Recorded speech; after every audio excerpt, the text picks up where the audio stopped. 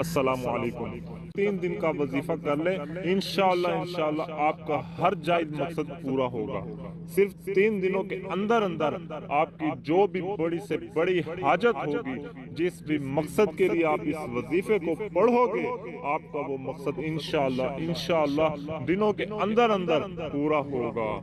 آپ کا مقصد کوئی بھی ہو، آپ کی حاجت جتنی بڑی مرضی ہو، آپ کی پریشانی کوئی بھی ہو، آپ جس بھی مقصد کے لیے اس وظیفے کو پڑھو گے، آپ کا وہ مقصد انشاءاللہ 3 دنوں کے اندر پورا ہوگا۔ آپ یہ وظیفہ جمعرات، جمعہ، ہفتہ 3 دن یہ وظیفہ کرنا ہے۔ انشاءاللہ یہ وظیفہ کرنے سے آپ کی ہر جائز حاجت، آپ کی بڑی سے بڑی پریشانی ختم ہو جائے گی۔ آپ چاہے یہ وظیفہ اپنی شادی کے لیے کر رہے ہیں، آپ کی شادی نہیں ہو رہی ہے، اس کے لیے کر رہے ہیں، آپ کو اس میں کامیابی ملے گی۔ آپ بے روزگار ہیں، آپ کو کوئی کام نہیں مل رہا، اس کے لیے بھی یہ بڑا وظیفہ ہے، آپ کر سکتے ہیں۔ آپ کے دشمن ہیں، ان سے چھٹکارا پانے کے لیے بھی آپ یہ وظیفہ کر سکتے ہیں۔ کسی کے دل میں آپ اپنی محبت پیدا کرنا چاہتے ہیں تو اس عمل کے لیے یہ وظیفہ خاص کر سکتے ہیں۔ آپ کی کوئی بھی حاجت ہو، کوئی بھی مقصد ہو، آپ اس وظیفے کے ذریعے آپ اپنا مقصد پورا کر سکتے ہیں۔ آپ نے صرف 3 دن اس وظیفے کو کرنا ہے، اور انشاءاللہ 3 دن کے اندر آپ کا ہر مقصد پورا ہوگا۔ اس وظیفے کو شروع کرنے سے پہلے درود شریف لازمی پڑھیں۔ آپ نے وظیفہ کس طرح کرنا ہے؟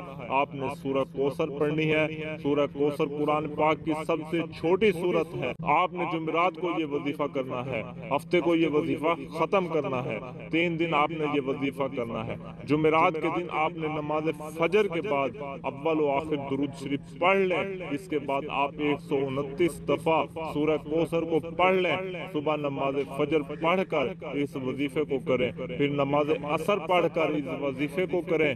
پہلے اول و آخر درود شریف پڑھ لیں، درمیان میں 129 مرتبہ سورہ کوثر کو پڑھ لیں، اور اسی طرح ہی آپ نے نماز عشاء کے بعد اسی طرح روٹین سے آپ نے یہ وظیفہ کرنا ہے۔ اسی طرح تینوں دن آپ نے یہ وظیفہ کرنا ہے۔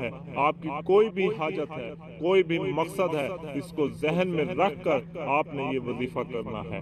وظیفہ کرتے وقت پورا دھیان آپ کا وظیفے پر ہونا چاہیے، دل میں کوئی بھی شک نہیں لے کے آنا، پورا دھیان وظیفے پر رکھ کر آپ نے یہ وظیفہ کرنا ہے۔ انشاءاللہ اس وظیفے کو کرنے کے بعد آپ اللہ سے مانگی ہر دعا قبول ہوگی۔ اجازت کے لیے کومنٹ میں اللہ اکبر لکھیں اور آگے شیئر کر دیں۔ اللہ پاک سے دعا ہے کہ اللہ پاک آپ کا اور میرا حامی اور ناصر ہو۔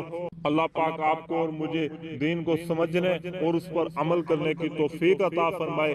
میرے لیے دل سے دعا کر دیا کریں۔ اللہ تعالی تقوی، عافیت، سلامتی، مغفرت اور سچا عاشق رسول بنائے۔ آمین۔ جزاک اللہ خیرہ۔